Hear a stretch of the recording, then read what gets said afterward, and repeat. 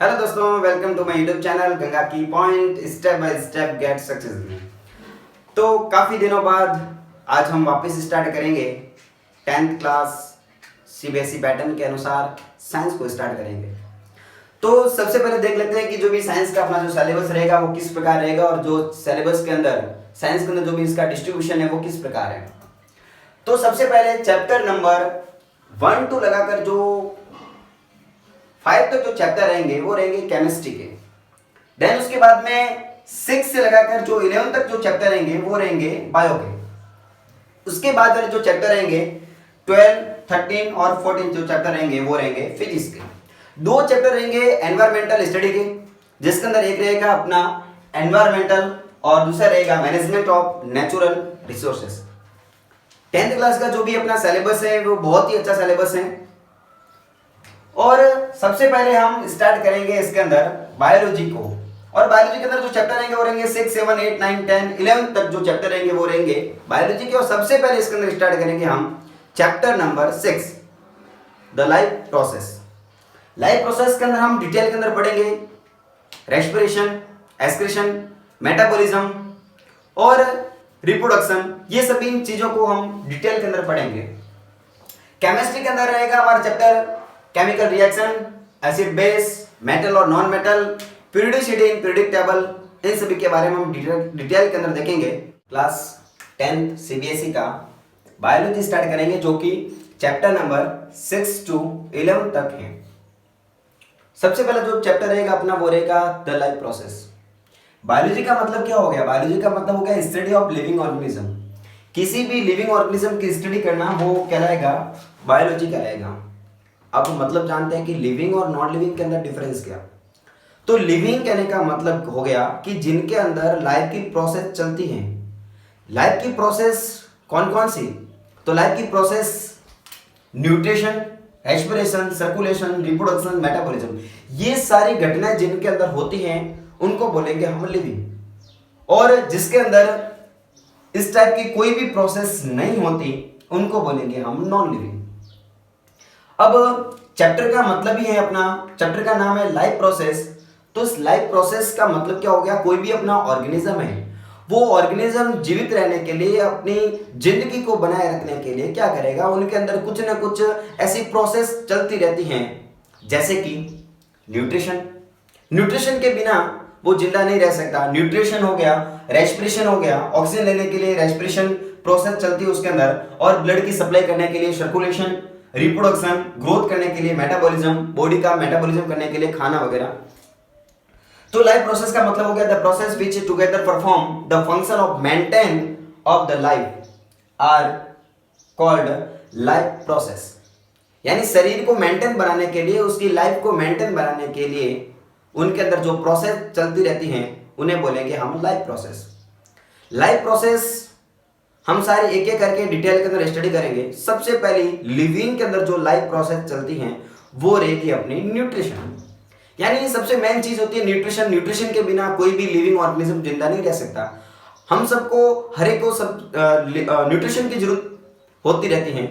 अब न्यूट्रिशन की जरूरत कहां पर हो गई? तो न्यूट्रिशन की जरूरत होती है उनके बॉडी के अंदर प्रॉपर फंक्शन के लिए, ग्रोथ एंड डेवलपमेंट के लिए उसके अंदर न्यूट्रिशन चाहिए। अभी हम देखेंगे न्यूट्रिशन के बारे में। सबसे पहला जो भी अपना हेडिंग है वो रहेगी न्यूट्रिशन। अब सबसे पहले तो न्यूट्रिशन को हम किस फॉर्म में लेते हैं? तो nutrition take in form of food. हम खाने के रूप में न्यूट्रिशन को लेते हैं। न्यूट्रिशन कहने का मतलब सारा हो गया विटामिन, प्रोटीन, कार्बोहाइड्रेट, ये सारे हम हमारे बॉडी के ग्रोथ एंड डेवलपमेंट के लिए इनकी रिक्वायरमेंट होती है, तो हम फूड के फॉर्म में लेते हैं न्यूट्रिशन। और सेकेंड हो गया कि nutrition maintain growth and development of organism. Nutrition की जो रिक्वायरमेंट होगी वो हमारे बॉडी के अंदर किसी भी ऑर्गेनिज्म के प्रॉपर फंक्शनिंग के लिए, ग्रोथ एंड डेवलपमेंट के लिए होगी। अब कौन कौन से ऐसे मोड होते हैं, यानी मोड ऑफ न्यूट्रिशन की बात करेंगे, यानी किस प्रकार वो फूड को इंटेक करेगा, न्यूट्रिशन को लेगा। तो न्यूट्रिशन के 2 मोड होते हैं। सबसे पहला हो गया ऑटोट्रॉपिक और दूसरा हो गया हेटरोट्रॉपिक। मतलब क्या हो गया? ऑटोट्रॉपिक यानी कुछ ऑर्गेनिज्म होते हैं वो ऑटोट्रॉप्स होते हैं और कुछ ऑर्गेनिज्म होते हैं वो हेटरोट्रॉप्स होते हैं। ऑटोट्रॉप्स कहने का मतलब जो भी अपना खाना होगा वो खुद बनाएगा, और हेटरोट्रॉप्स कहने का मतलब किसी भी अदर ऑर्गेनिज्म के ऊपर डिपेंड रहेंगे न्यूट्रिशन के लिए।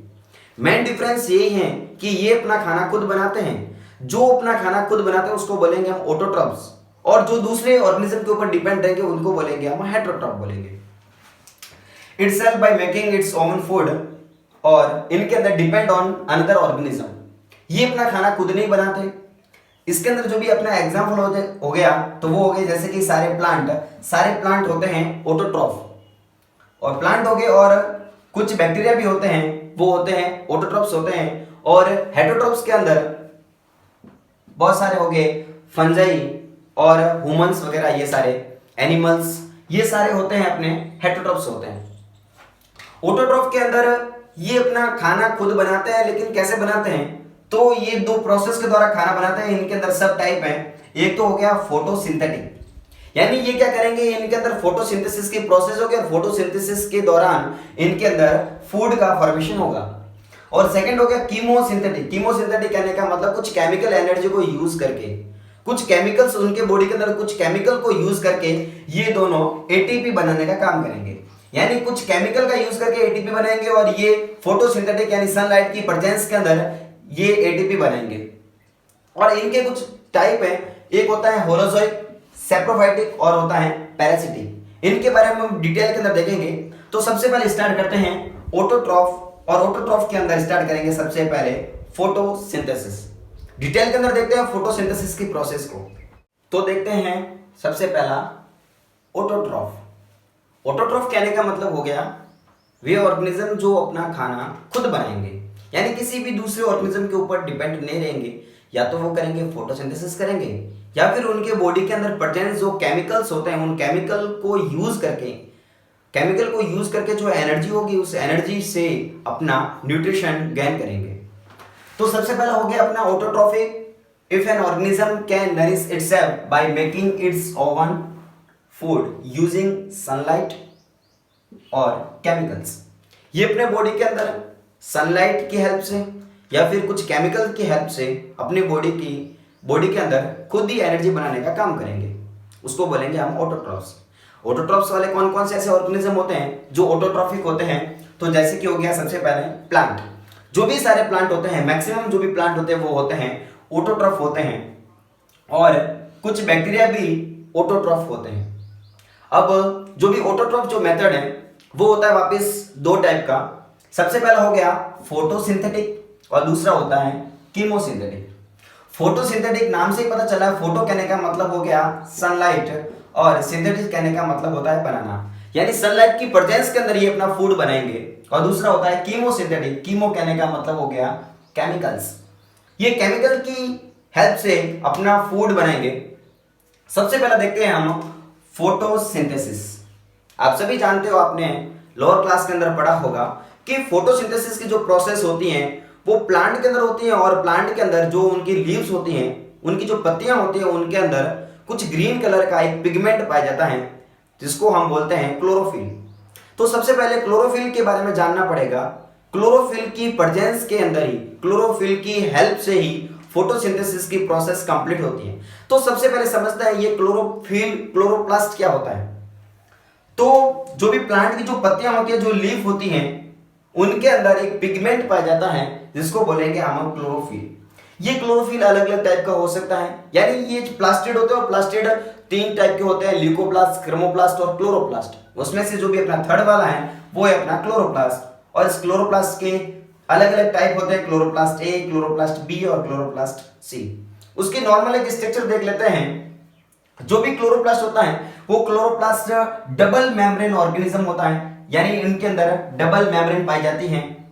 एक सेल के अंदर आपने लोअर क्लास के अंदर पढ़ा होगा, क्लास 8 के अंदर, कि सेल के अंदर सब अलग अलग ऑर्गेनिज्म होते हैं, जिनके अंदर किसी के अंदर सिंगल मेम्ब्रेन होती है, किसी के अंदर डबल मेम्ब्रेन होती है, कोई मेम्ब्रेनलेस ऑर्गेनेल्स होता है।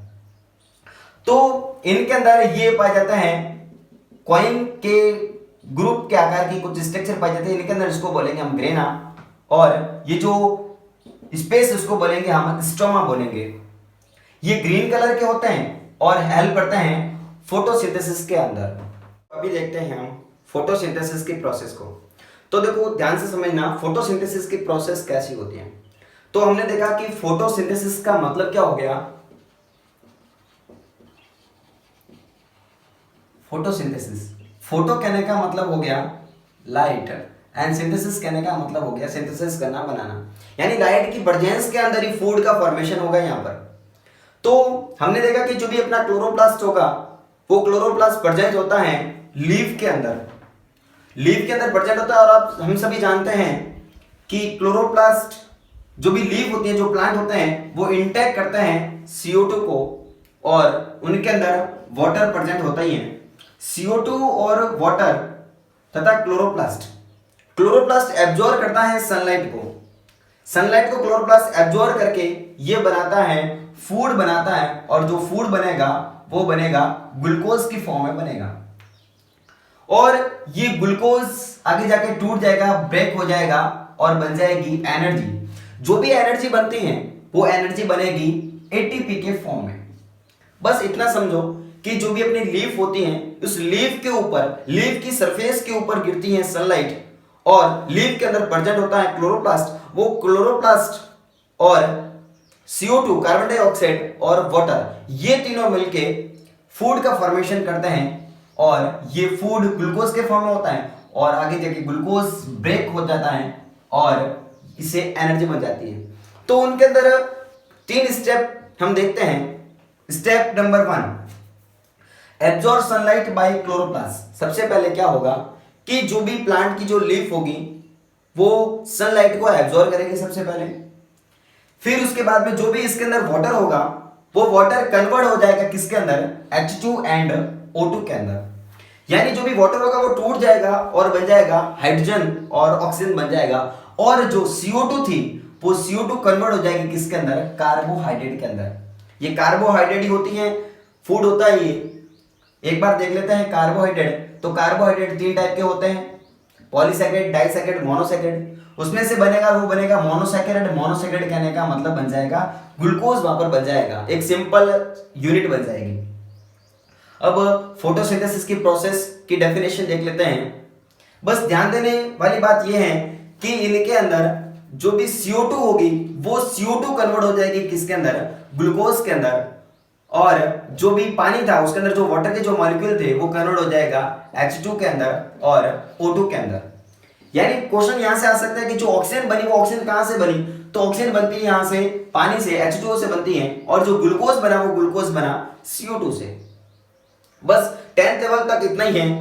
हायर क्लास के अंदर देखेंगे कि इनकी जो रिएक्शन होती है वो अलग अलग टाइप की रिएक्शन होती हैं। एक होती है लाइट रिएक्शन, एक होती है डार्क रिएक्शन होती हैं।